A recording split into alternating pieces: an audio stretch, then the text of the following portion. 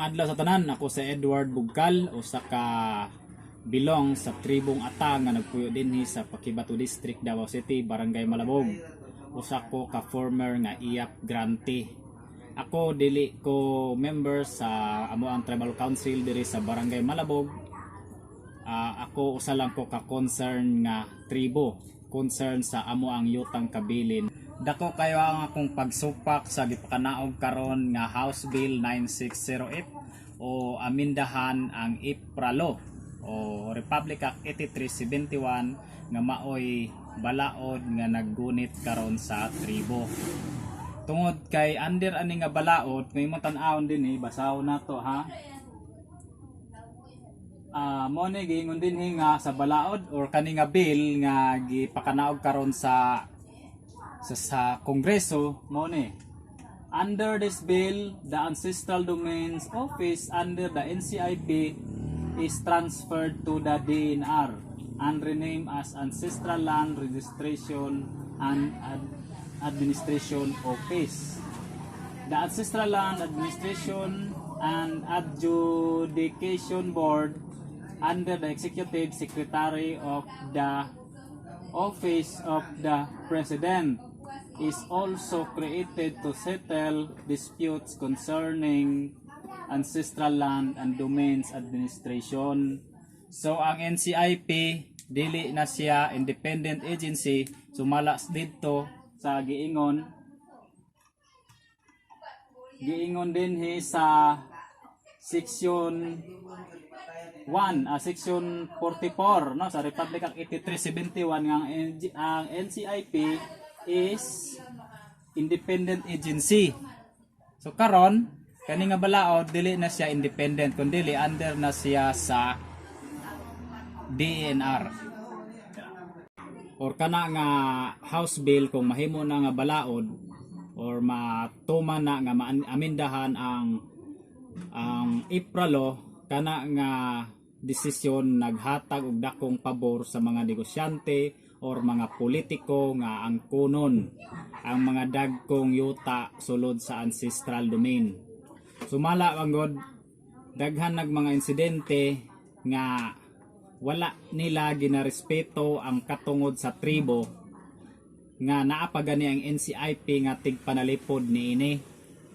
Samot na kung ang NCIP mawad-ag gahom dili na siya mahimong independent agency nga mahimo na siyang under sa DNR.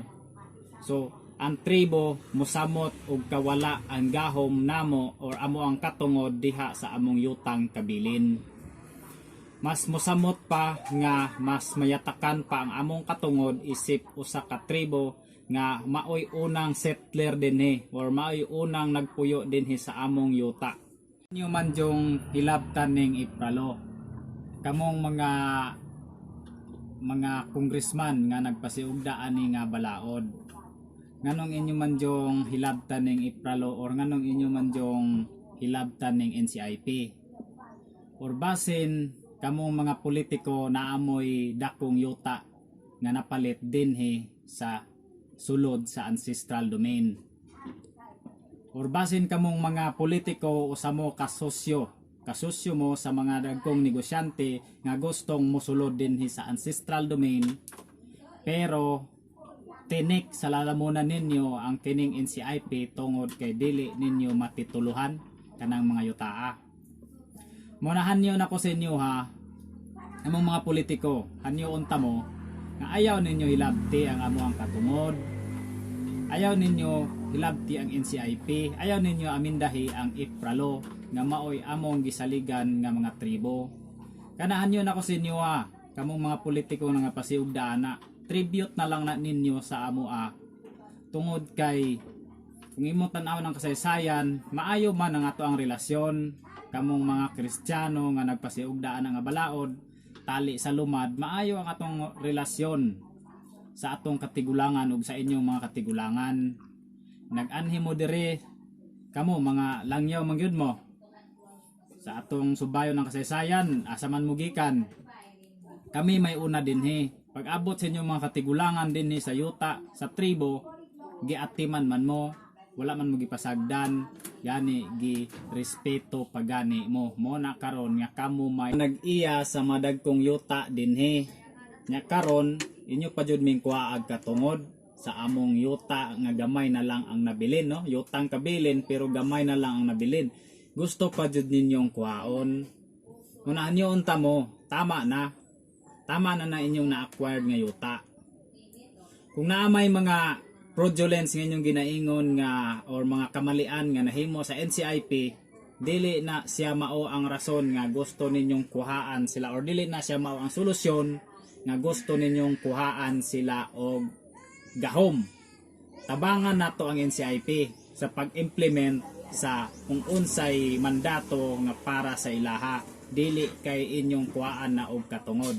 So panawagan ako sa akong mga katribo ug sa tanang mga katutubong Pilipino sa tibuok Pilipinas, dili ta angay mawadag paglaom, kung dili kinahanglan nga ato padyong iusaon ang atong kaugalingon. Walaon na nato ang pagkawatak-watak, kung dili atong ibutang sa atong hunahuna nga kinahanglan magiusa ta.